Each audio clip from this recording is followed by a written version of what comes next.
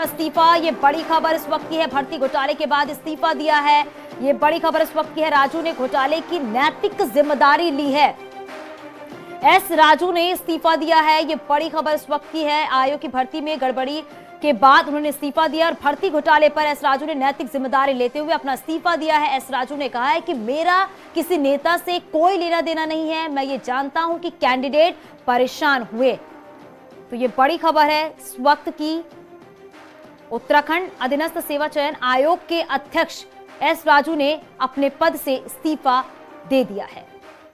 देखिए, वो हम लोगों ने बहुत मेहनत करके एफआईआर करवाया और एफआईआर करने के बाद उसमें पुलिस जांच चल रही है। यदि भी पुलिस जांच अभी भी चल रही है और कमीशन का किसी अधिकारी या कर्मचारी की संलिप्तता है नहीं, फिर भी सेंगमारी तो हुआ, उतना तो प्रूव हो गया है। चूंकि सेंगमारी हो गया है अध्यक्ष होने की वजह से, मुझे नैतिक जिम्मेदारी है, तो इसलिए मैं इस्तीफा दे रहा हूँ आज। सीएम से आपने मुलाकात की है सर, क्या कुछ आज सीएम से बातचीत हुई? नहीं, इस मामले में सीएम से कुछ बात नहीं हुई मेरे इसका। तो अभी आपने यहां पर सुना है कि क्या कहा है उन्होंने कि अपनी नैतिक जिम्मेदारी देखते हुए उन्होंने इस पद से इस्तीफा दिया है। एस राजू जो कि अध्यक्ष हैं, उन्होंने अपने पद से इस्तीफा दिया है। आयोग की भर्ती में जो गड़बड़ी हुई है उसके बाद उन्होंने ये इस्तीफा दिया है। भर्ती घोटाले पर एस राजू ने नैतिक जिम्मेदारी लेते हुए इस्तीफा दिया है। एस राजू ने कहा है कि मेरा किसी भी नेता से कोई लेना देना नहीं है और मैं ये मानता हूं कि कैंडिडेट परेशान हुए हैं। क्या कुछ उन्होंने कहा है, आपको एक बार फिर से सुनाते हैं। देखिए, वो हम लोगों ने बहुत मेहनत करके एफआईआर करवाया और एफआईआर करने के बाद उसमें पुलिस जांच चल रही है। यदि भी पुलिस जांच अभी भी चल रही है और कमीशन का किसी अधिकारी या कर्मचारी की संलिप्तता है नहीं, फिर भी सेंगमारी तो हुआ, उतना तो प्रूव हो गया है। चूंकि सेंगमारी हो गया है अध्यक्ष होने की वजह से, मुझे नैतिक जिम्मेदारी है, तो इसलिए मैं इस्तीफा दे रहा हूँ आज। सीएम से आपने मुलाकात की है सर, क्या कुछ आज सीएम से बातचीत हुई? नहीं, इस मामले में सीएम से कुछ बात नहीं हुई मेरे इसका। हमारे साथ हमारी सहयोगी भारती सकलानी हमारे साथ फोन लाइन पर जुड़ गई हैं। भारती, यहां पर साफ तौर पर एस राजू ने अपनी नैतिक जिम्मेदारी बताते हुए उन्होंने इस पद से इस्तीफा दे दिया है, लेकिन सवाल ये खड़े होते हैं कि इतनी बड़ी गड़बड़ी और इतना बड़ा घोटाला, उसके बाद खुद ही इस्तीफा दिया। दीपांकर हमारे साथ हमारे सहयोगी बने हुए हैं। दीपांकर, एक बहुत बड़ा घोटाला हुआ है यूके SSSC भर्ती में।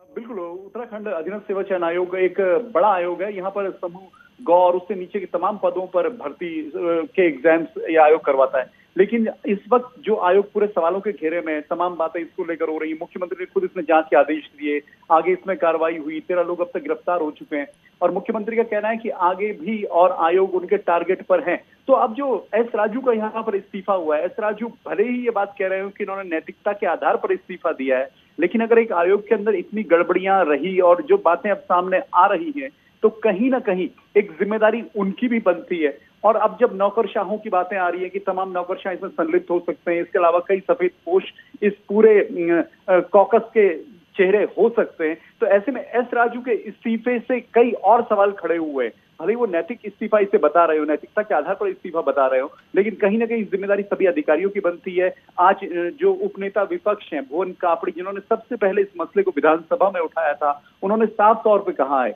कि ये तमाम बेरोजगार युवाओं के जीवन से जुड़ा हुआ मसला है।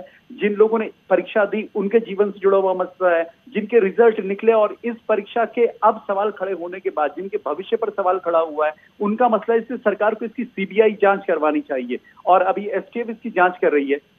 और आज एस राजू के इस्तीफे के बाद ये बात साफ हुई है कि कहीं ना कहीं मसला बहुत ज्यादा गंभीर है कि एक रिटायर्ड आईएएस को अब यहाँ पर नैतिकता के आधार पर अपना इस्तीफा देना पड़ा है और अब आगे इस पर क्या कार्रवाई होगी और इसमें देखना होगा। जी दीपांकर, ये भी है क्योंकि सीएम के आदेश पर इस पूरे मामले में जांच हुई और 13 लोगों को गिरफ्तार भी किया जा चुका है। इस मामले में 4 सरकारी कर्मचारी जो हैं वो भी शामिल हैं, लेकिन जिस तरीके से पूरे मामले की जांच चली, क्या कुछ और अधिकारियों पर गाज गिर सकती है? दीपांकर, बिल्कुल, अब सबसे बड़ा सवाल यही है जो विपक्ष भी कह रहा है और इस पूरे प्रकरण के बाद जो बात लगती है कि जिसमें 13 लोगों की गिरफ्तारी हो गई हो, जिसमें लखनऊ तक के इसमें तार जुड़े हुए हैं, जिसमें सरकारी कर्मचारी खुद जुड़े हुए हैं, जिसमें रिटायर्ड नौकरशाहों के जुड़े होने की बात आ रही है, और एस राजू खुद रिटायर्ड नौकरशाह है। अब एस राजू वो है या नहीं, ये एक अलग सवाल है, लेकिन एस राजू ने इस्तीफा फिलहाल नैतिकता के आधार पर दे दिया है। इसके अलावा कुछ जिला पंचायत के सदस्य इसमें शामिल हैं, जो एक पॉलिटिकल पद होता है, हालांकि वो डायरेक्टली पॉलिटिकल तौर पर चुन के नहीं आते, लेकिन कहीं ना कहीं किसी न किसी पार्टी से उनका लेना देना होता है।